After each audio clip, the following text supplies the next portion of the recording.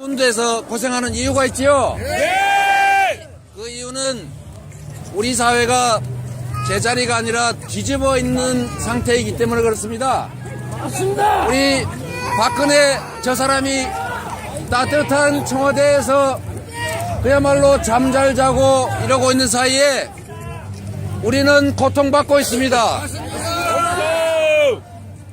그런데 중요한 게 있습니다. 이 세상의 주인은 우리들이고 저기 지금 갇혀 있는 사람은 우리가 고용한 머슴입니다. 그렇지 않습니까? 국민에게 월급을 받고 국민이 맡긴 일을 하고 오로지 국민을 위해서 존재해야 될 사람이 자기 개인적 이익을 위해서 우리가 맡긴 권한을 남용하고 있습니다. 맞습니다. 그리고 특히 국가의 제1 의무는 국민의 생명과 안전을 지키는 것인데 이 사람은 세월호에 300명이 넘는 사람이 갇혀서 물에 빠져 죽어가고 있을 때 온 국민이 그 참혹한 장면을 공중파 TV로 보고 고통스럽고 슬퍼하고 있을 때 전혀 엉뚱한 짓을 하고 있던 인간도 못 되는 사람이었습니다.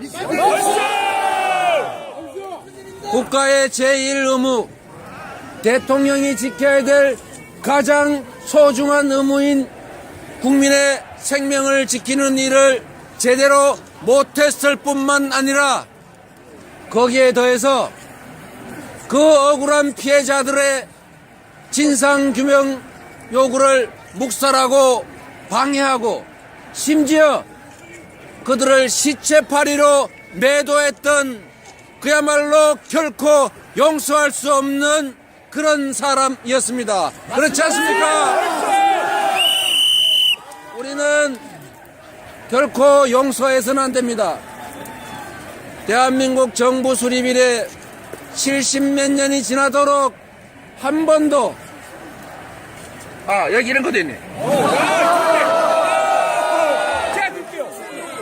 우리 대한민국 정부가 수립된 이후 70년이 넘도록 이 사회에는 힘센 자들이 저질렀던 온갖 폐악과 테러와 반역과 학살에 대해서 전혀 책임지지 않았습니다.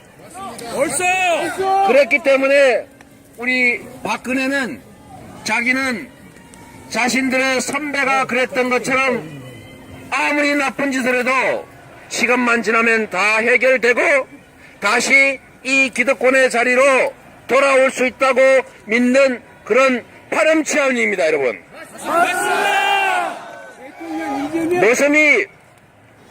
머슴의 자리를 떠나서 주인을 배반하고 심지어 주인에게 가해 행위를 하면 결론은 분명합니다.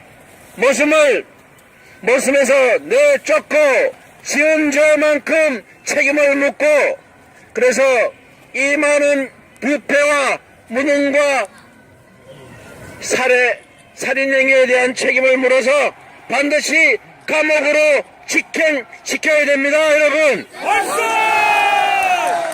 여러분과 함께 싸우겠습니다. 이재명! 세상의 주인은 우리입니다. 세상은 우리가 원하는 대로 대한민국 국민 다수가 혜택을 보는 합리적인 사회가 되어야 됩니다. 그러나 지금은 이번 사태의 가장 중심적인 뿌리 이 재벌 체제를 이번 기회에 해체시켜야 됩니다, 여러분.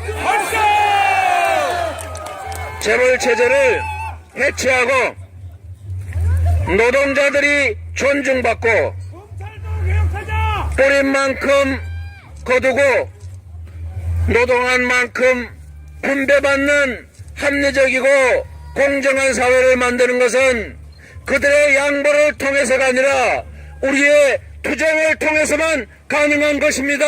여러분. 우리는 너무 오랫동안 참았습니다.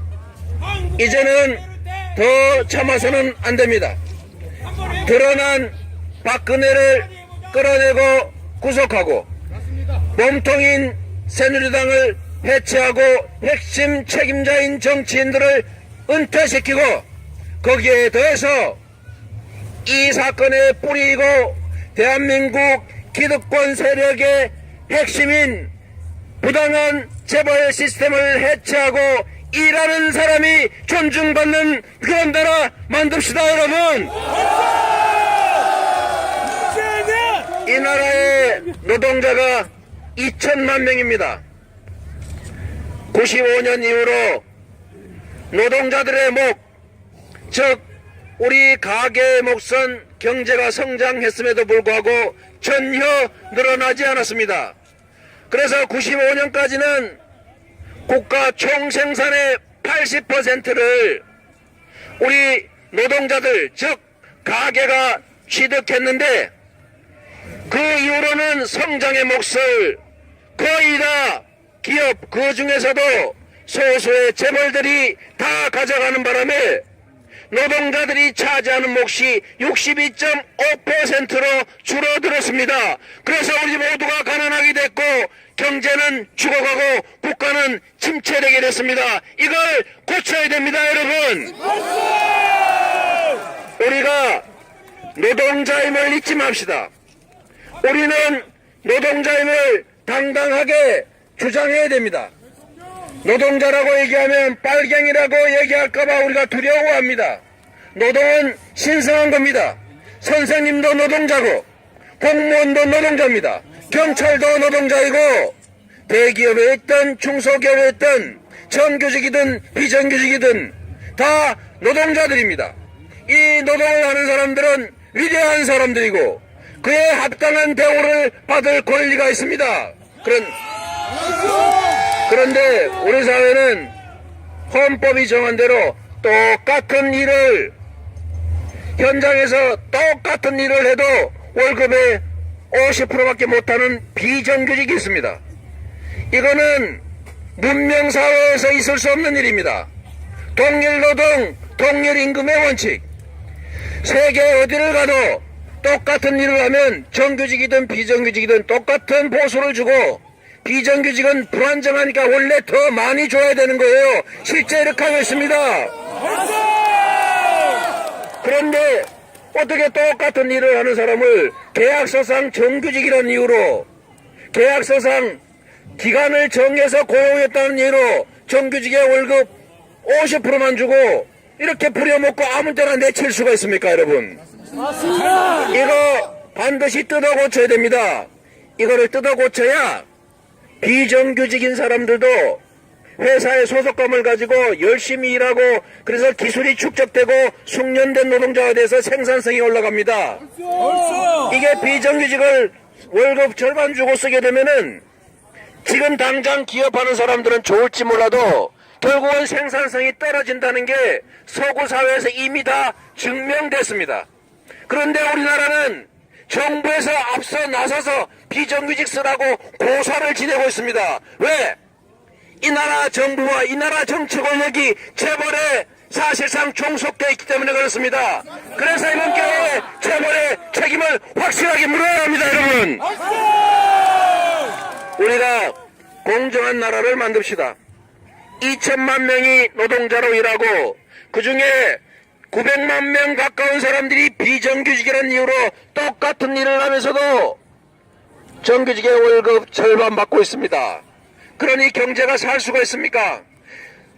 이 10대 재벌 창고에 현금이 550조 원이 쟁여져 있습니다. 30대 재벌 창고에 750조가 쌓여 있습니다. 우리나라 1년 총생산의 절반 또는 3분의 1이나 되는 돈이 재벌 창고에 쌓여서 투자할 데도 없고 예금에도 이자도 없으니까 이게 나라가 경제가 망할 수밖에 없는 구조예요. 이거를 뜯어 고치는 방법 간단합니다. 첫 번째, 재벌 가문들이 재벌 대기업에 대해서 가지고 있는 지분이 5%가 안 됩니다. 딱 5%의 권한만 행사하게 해야 됩니다. 그런데 왜 100% 행사하고 있습니까? 맞습니다. 지배구조를 뜯어 고쳐서 자기가 가진 지분만큼만 행사하게 하고, 우리가 삼성그룹에 가지고 있는 국민연금이 가지고 있는 지분만 해도 훨씬 더 많은데, 우리가 국민 개개인들이 가지고 있는 지분만 해도 훨씬 더 많은데 왜 5%도밖에 안 되는 삼성재벌이 다 해먹고 있습니까? 맞습니다. 이거를 고칩시다. 지배구조를 뜯어 고쳐서 재벌기업들 내부에 부당거래 해가지고 재벌기업에 사위 하나 생기면 사위 하나 회사 만들어준 다음에 거기에 싼 물건 비싸게 사주고 비싼 물건 싸게 팔아주고 이러면서 내부 거래에서 돈 다 빼돌려가지고 또 그룹 하나 만들어줍니다. 이게 나라입니까? 월급 아니 세금도 제대로 안 내고 왜 그따위로 재산 상속하는 거예요? 이거를 고쳐야 됩니다. 내부 거래하면 이거 배임죄인데 이거 하면은 1억만 넘기면 전부 다 잡아가지고 체벌 실제 사주 잡아다 구속시키면 절대 이집 못하게 됩니다. 여러분, 맞습니다. 법은 만인한테 평등한 거예요. 이재명이가 1억 횡령하면은 바로 깜빵 보낼 인간들이 저기는 왜 수백억 수천억 해먹어도 감옥을 안 보내는 겁니까? 맞습니다. 대기업이 중소기업 하도급 회사 하청회사 기술 개발해가지고 열심히 생산성 올리면 단가 우려쳐가지고 다 뺏어갑니다. 어디 열심히 청년들이 기술 개발해 놓으면은 그거 슬쩍 뺏겨가지고 다 뺏어가 버려요. 이거 다 뺏어간 다음에 경찰에 검찰에 신고하고 고발하면은 다 무혐의 납니다. 그리고 법원에 재판하면 5년 걸리고 10년 걸려가지고 재판 끝나서 배상 판결 몇 천만 원 받으면 재판 비용밖에 안 되고 그때 이미 정신병자 돼 있어요. 맞습니다. 이게 나라입니다. 이게. 그러니 누가 기술 개발하고 누가 생산성 향상하겠어요?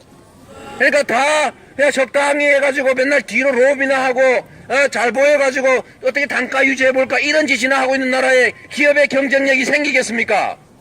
아니요. 기업들은 객관적인 공정한 조건 속에서 공정하게 경쟁할 수 있게 해줘야 됩니다. 자기가 기술 개발하고 생산성 향상시키면 그만큼 자기가 가질 수 있게 해줘야죠. 그거 뺏어가고 기술 탈취하고 단가 우려치면은 징벌 배상하고 그 배임죄 아니면 강요죄 이런 걸로 감옥을 보내야 됩니다, 여러분.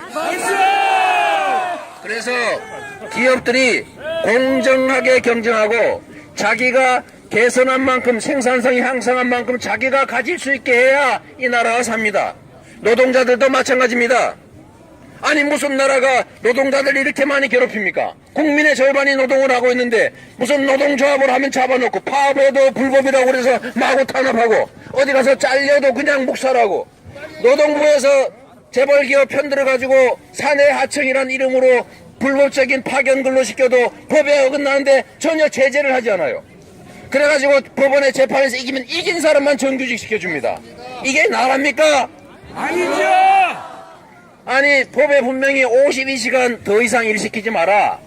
52시간 이상 일시키면 처벌한다. 51시간 2시간 이상 일할 거는 새로 고용해서 사람을 써라. 그래야 일자리 생긴다고 우리가 노동법에 정해놨는데 이거 지키는 회사가 없습니다. 52시간 이상 일시키는 회사 대부분이 재벌 대기업들이고 거기 무려 360만 명이 노동법을 어기고 52시간 이상 일하고 있어요. 이 52시간 이상 일하는 이 노동자들, 이 사람들을 법대로 52시간까지만 일하게 하고 그 사람들만큼을 신규로 52시간 일하는 걸로 고용하면 최하 20만에서 최대 80만 개의 일자리가 순식간에 생깁니다, 여러분. 그런데 정부에서 이거 전혀 안 지키고 있어요. 안 지키는 기업들 처벌도 안 해요. 이거 문제 삼으면 그 사람만 가서 합의해주면 됩니다.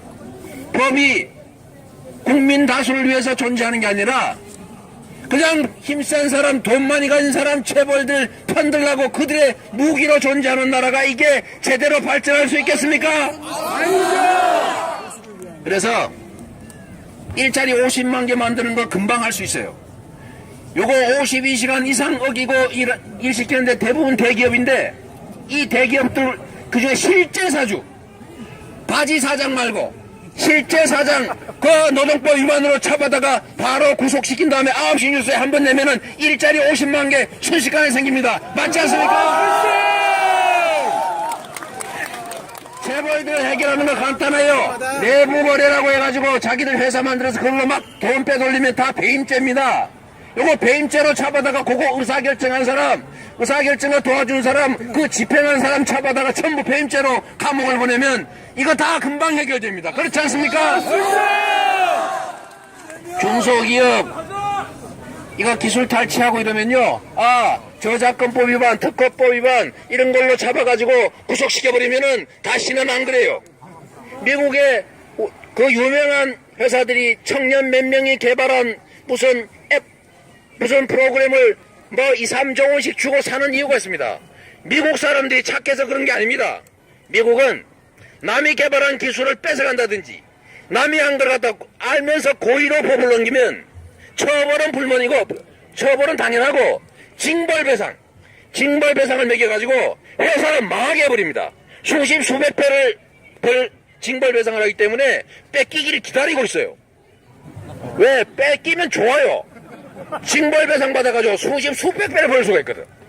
아무도 고의로 법을 어기려고 하지 않습니다. 근데 우리나라는 법을 고의로 잘 어기면 돈을 벌어요.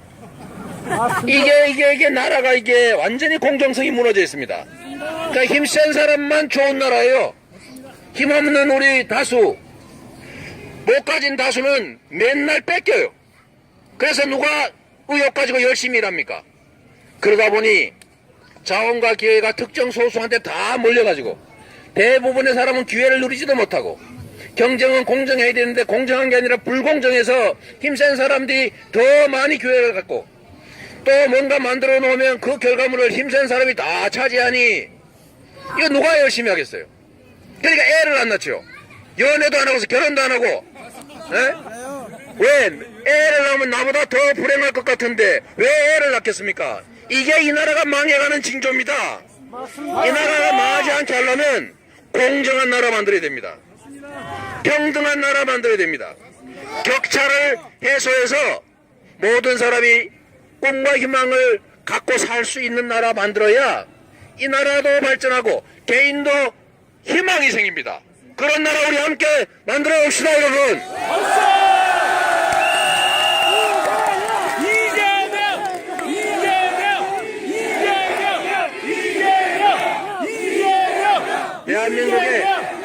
대한민국에 지금 100대 부자를 조사를 하니까 그 불평등하다는 미국도 80%가 넘는 사람이 다 자수성가한 사람들입니다.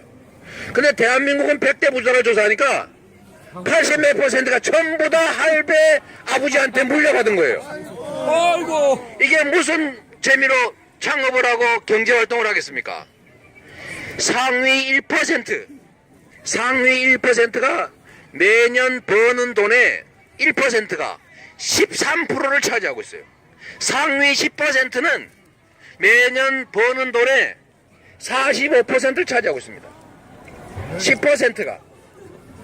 그리고 가진 재산을 비교해 보니까 상위 1%는 무려 26%, 4분의 1을 가지고 있어요. 1%가. 10%는 얼마나 가지고 있냐? 66%를 가지고 있습니다. 3분의 1을. 이게 정상적인 나라입니까? 근데 지금도 여전히 계속 확대되고 있어요.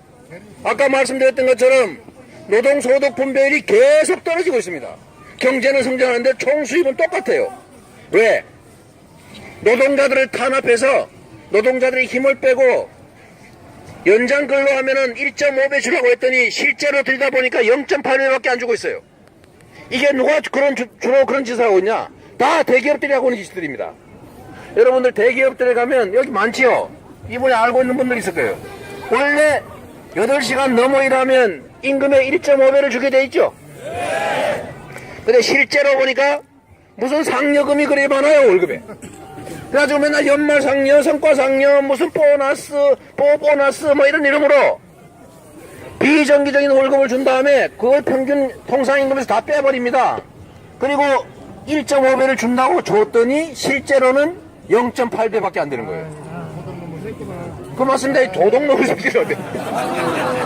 그런데 이렇게 하면 정부에서 못하게 하고 그걸 노동부가 제재하고 형사처벌하든지 임금처벌했다고 처벌해야 되는데 이 박근혜 창조경제 한다 그러면서 서명하러 다녔지 않습니까? 그때 노동개혁입법이라고 만든 것 중에 법이 하나가 이런 게 있어요. 노동부에서 통상임금을 지 마음대로 팍팍 줄일 수 있는 법을 만들고 있습니다, 지금. 여러분이 노동자인데도 그거 모르고 있죠? 노동개혁입법이라니까, 야, 진짜 경제 좋아하는 좋은 경제 활성화법인가 보다, 이래 생각하십니다. 그래서 그러면 안 돼요. 왜? 우리가 노동자인데 노동자인 걸 잊고 삽니다. 그러니까 노동자들의 권리를 빼앗는 이런 노동법 만들면 치열하게 싸워야 돼요. 나 가야 되는데. 좀 가해요. 계속 가요. 대통령이 네. 저 질문. 말 끝나시고 자, 그래서 노동자들의 권리를 우리 스스로 지켜야 나도 잘 살 뿐만 아니라 이 나라 경제가 삽니다. 노동자들은 모든 생산의 원천입니다. 그런데 왜 이렇게 똑같은 현장에서 무슨 기업이 잘못되면 아니 기업하는 사람들이 먼저 책임을 져야지, 자본 투자한 사람은 책임도 맨 나중에 지고 정부 돈 들여가지고 다 구제해 주는데 노동자들이 제일 먼저 잘립니다. 이게 말이 안 되잖아요. 그래서 노동자가 중심이 되는 노동이 존중받는 세상을 우리가 꼭 만들어야 합니다. 우리 여기 다 노동자들이시죠? 노동자의 가족들이시죠? 아, 혹시 재벌 혹시 그 가족 와 계세요? 아, 그분은 좀 기 좀 닫아주시고. 열어놓으세요. 그리고 여러분, 지금 대한민국이 모든 영역에서 불공정 그 자체입니다. 지금 말씀드린 경제 문제, 재벌의 독점, 그 다음에 재벌의 폐악, 노동 탄압, 이거 되게 중요한 문제입니다. 이거 말고도 많죠. 우리 국가 권력이 결코 국민 다수를 위해서 작동되지 않습니다. 이 검찰, 경찰, 무슨 국세청, 국정원, 이 사람들이 아니 나라의 안보를 지키고 잘못한 놈 잡아다가 처벌해서 나라를 공정한 나라, 법을 지키는 그런 나라 만들랬더니 돈 받아먹고 엉뚱한 짓을 하고 있어요. 제가 정말 기가 막힌 게, 저도 변호사인데 이게 더 나빠져서 과거에는 눈치를 봤습니다. 그래서 돈을 받아먹어도 현금으로 몰래 받았는데 얼마 전에 보니까 검찰 간부라는 사람이 자기 이름 계좌로 뇌물을 몇 억을 받았더라고요. 도둑놈의 새끼들이에요. 검찰에 있는 새끼들. 도둑질을 해도 내가 도둑질을 하는구나, 이거 나중에 잡히면 큰일 나는데 이렇게 생각해야 되는데 절대 안 잡힌다. 는 잡혀봤자 면책될 수 있다고 보고 자기 계좌로 몇 억을 받아먹는 거예요. 우병우 이게 그냥이야. 간이 부은 나라입니다. 간이 배밖에 나왔죠. 그래서 검찰, 경찰, 국세청, 국정원 이런 국가 권력기관들을 우리가 반드시 민주화해야 됩니다. 그래서 가능하면 검사장은 직선제 해가지고 임명 못하게 해야 됩니다.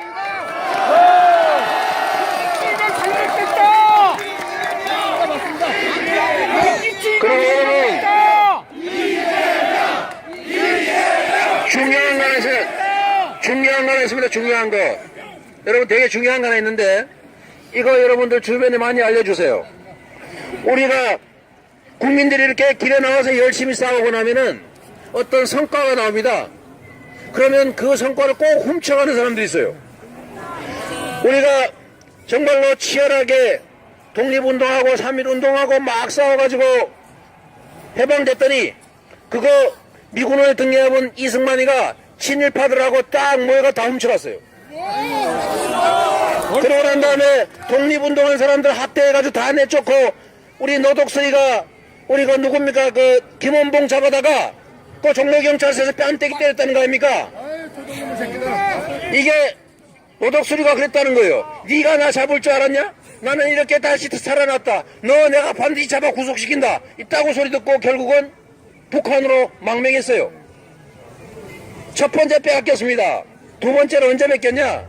그 이승만 그 엉망진창 사람 죽여가면서 수십만을 죽였지 않습니까? 제가 이승만에 대해서 화나는 게 있어요. 무슨 국부요? 그건 미친 소리지. 이 사람은 세월호에 300명이 넘는 사람이 갇혀서 물에 빠져 죽어가고 있을 때 온 국민이 그 참혹한 장면을 공중파 TV로 보고 고통스럽고 슬퍼하고 있을 때 전혀 엉뚱한 짓을 하고 있던 인간도 못 되는 사람이었습니다. 국가의 제1 의무, 대통령이 지켜야 될 가장 소중한 의무인 국민의 생명을 지키는 일을 제대로 못했을 뿐만 아니라 거기에 더해서 그 억울한 피해자들의 진상규명 요구를 묵살하고 방해하고 심지어 그들을 시체파리로 매도했던 그야말로 결코 용서할 수 없는 그런 사람이었습니다. 그렇지 않습니까? 우리는 결코 용서해서는 안 됩니다. 대한민국 정부 수립 이래 70몇 년이 지나도록 한 번도 무능과 살인 행위에 대한 책임을 물어서 반드시 감옥으로 직행시켜야 됩니다, 여러분. 여러분과 함께 싸우겠습니다. 이재명! 세상의 주인은 우리입니다. 세상은 우리가 원하는 대로 대한민국 국민 다수가 혜택을 보는 합리적인 사회가 되어야 됩니다. 그러나 지금은 이번 사태의 가장 중심적인 뿌리, 이 재벌 체제를 이번 기회에 해체시켜야 됩니다, 여러분. 재벌 체제를 해체하고 노동자들이 존중받고 뿌린 만큼 거두고 노동한 만큼 분배받는 합리적이고 공정한 사회를 만드는 것은 그들의 양보를 통해서가 아니라 우리의 투쟁을 통해서만 가능한 것입니다. 여러분, 여기 이런 것도 있네. 우리 대한민국 정부가 수립된 이후 70년이 넘도록 이 사회에는 힘센 자들이 저질렀던 온갖 폐악과 테러와 반역과 학살에 대해서 전혀 책임지지 않았습니다. 그랬기 때문에 우리 박근혜는 자기는 자신들의 선배가 그랬던 것처럼 아무리 나쁜 짓을 해도 시간만 지나면 다 해결되고 다시 이 기득권의 자리로 돌아올 수 있다고 믿는 그런 파렴치한입니다, 여러분.